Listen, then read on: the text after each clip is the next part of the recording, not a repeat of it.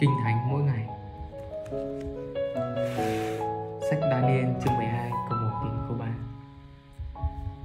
Trong kỳ đó, Micael, quan trưởng lớn, là đứng thay mặt con cái dân ngươi sẽ trỗi dậy.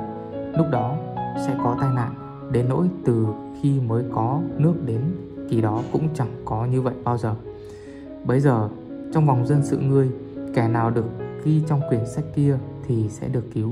Nhiều kẻ ngủ trong bụi đất sẽ thức dậy, kẻ thì để được sự sống đời đời, kẻ thì để chịu sự xấu hổ nhơ nhuốc đời đời. Những kẻ khôn sáng sẽ được rực rỡ như sự sáng trên vòng khung, và những kẻ dắt đem nhiều người về sự công bình sẽ sáng láng như các ngôi sao đời đời mãi mãi.